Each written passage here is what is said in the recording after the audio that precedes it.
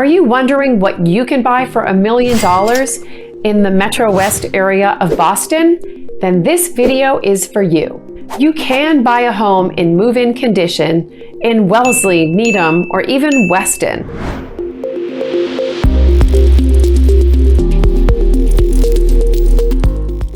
I'm Jane. Welcome to my channel, Living in the Boston Suburbs. Each week I release a video sharing important information about our different suburbs and provide helpful information to help you make informed decisions about relocating to the Boston area. The Boston suburbs are known for having very expensive real estate. Here in Wellesley, the median price is actually $1.8 million year to date.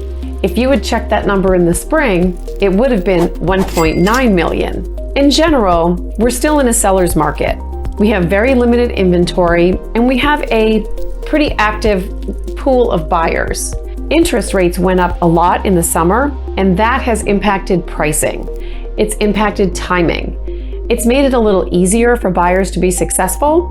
For example, we're not seeing everything going at or over asking, though some things still are.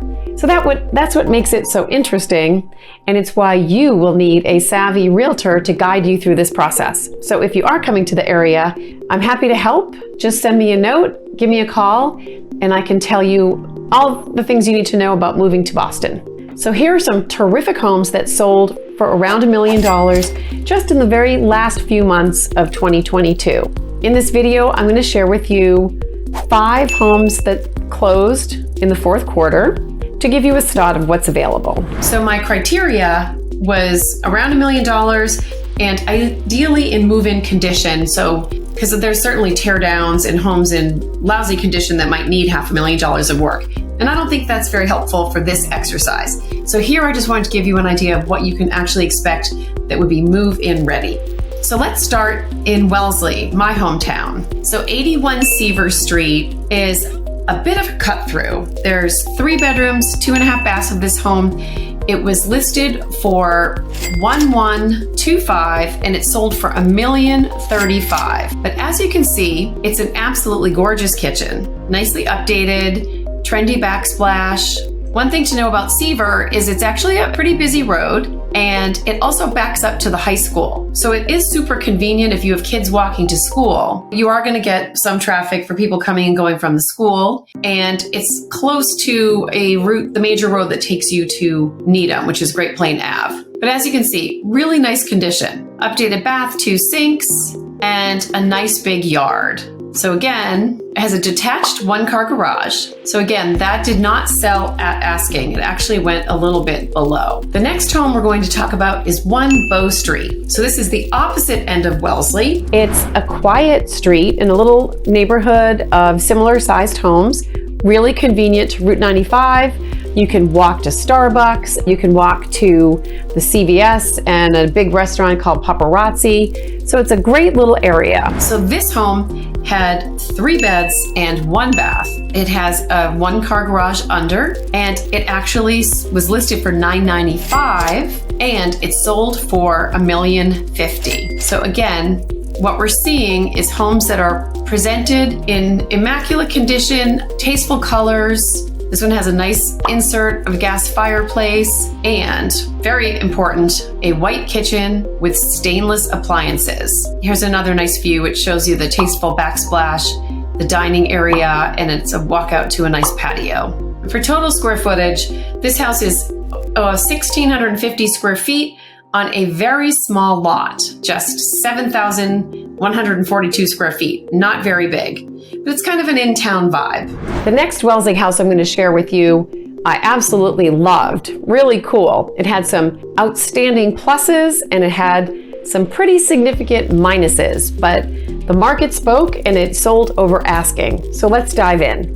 So this house on Rockland Street is over 100 years old. It was built in 1887. It's 3 beds and 1 bath. It's an undersized lot. It had a detached 2-car garage and it was absolutely adorable, beautifully updated. It had a lot of the charm and character from the late 1880s. As you can see, it had this charming porch a little bit of a slopey lot, and as I said, a small lot. Here you can see the detached garage. But what you need to know, it's one house it's right next to this bridge that goes over the commuter rail train tracks, and it's right on a curve where people come down from Linden Street, which is pretty busy. And it also is close to Route 9, so you get some traffic noise from a 4-lane highway. So it's a little loud. It's in a busier location, even though the street itself doesn't have a lot of cut through. It's going to kind of come right across the front yard. It had this beautiful deck, and had these gorgeous French doors leading out to this terrific deck. And this is my kind of house. I love antiques.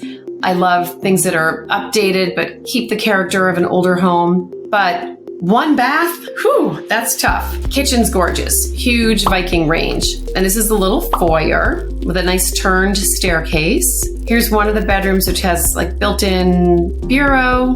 And one of the bedrooms was small. So here is your one full bath. So I was surprised that it went as high as it did. I had a buyer look at it. It was on for $995 and it sold for $1,100. So I do think someone paid a premium, but people pay for condition. And I think we figured out a place to put a powder room. If I looked at the floor plan, if you want more info on that, send me a line. That's always a challenge with antique. If you'd like more information about Wellesley, check out my Wellesley video. And now we're going to move on to Needham.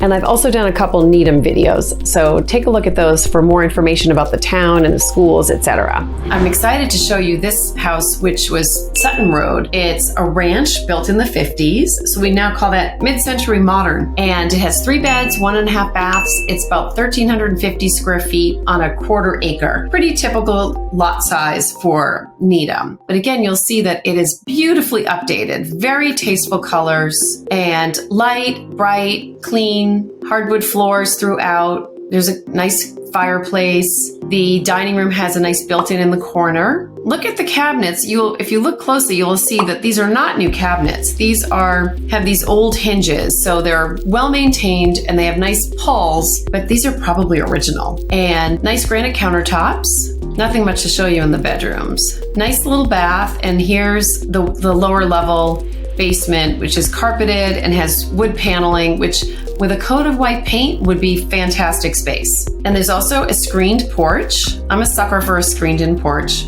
but it's actually very cute from the street.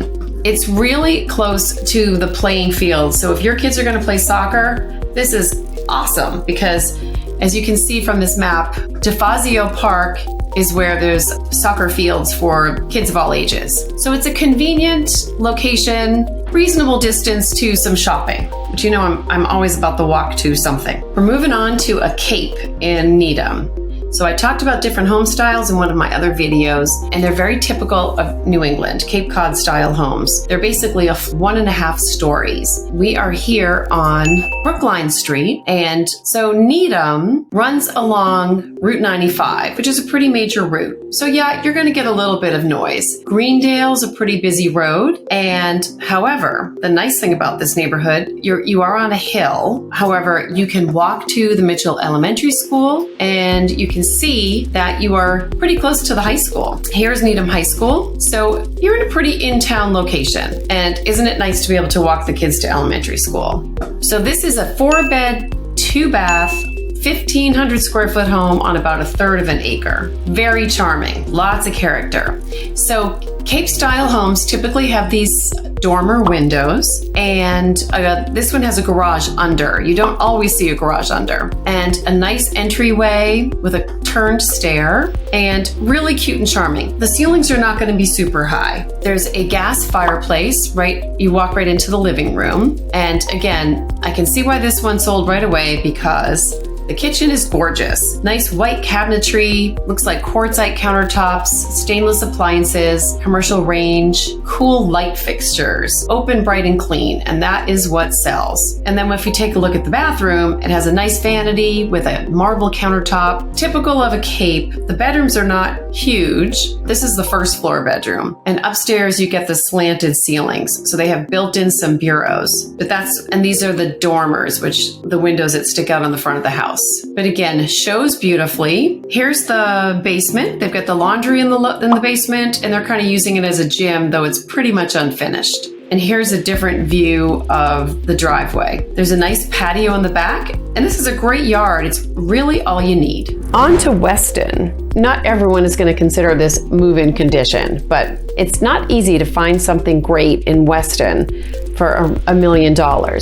Weston is a little bit more larger lots, a little bit more like a Greenwich, Connecticut feel. This home is on 270 Glen Road, which is pretty close to the corner of Cliff Road, another really elegant street with very large homes. It runs right through Wellesley and Weston with large estates. So this is on 1/3 of an acre. It's 3 beds, 2 baths. And whenever it starts with opportunity knocks in the write-up, you know it needs a little love. This home has an updated 3-bedroom septic. And again, I have all the information you would ever want about a septic system in my Dover and Weston videos, so check that out. So here we have a 1920s home with a beautiful character from the street. Glen is a scenic road, which means the town limits what you can do. You have to go through an extra set of permitting if you're trying to tear down and build on Glen. And it is a traveled road. People cut through to get to the Mass Pike to go if they're driving to Boston. And it's not a terribly wide road, but still a convenient location, not far from Wellesley Center, actually. So as you can see, the foyer shows a little bit of the dated decor. I always encourage buyers to try to look past the things that are easy to replace. For example, it would be